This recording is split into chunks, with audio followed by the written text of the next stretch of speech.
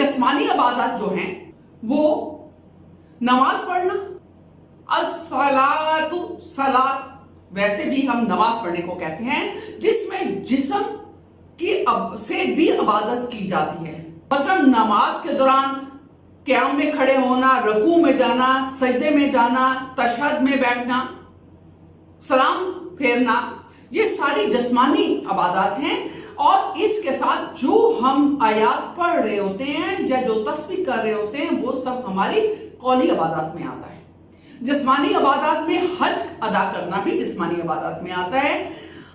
उसके अंदर तवाफ करना, उम्रा करना, नमाज अदा करना, ये सारी चीजें हमारी जिस्मानी इबादत के साथ मुंसलिक हैं। और जब हम नमाज पढ़ रहे हैं या जब हम हज कर रहे हैं तो इसमें ना सिर्फ हम जिस्मानी इबादत कर रहे होते हैं बल्कि हम कौली इबादत भी साथ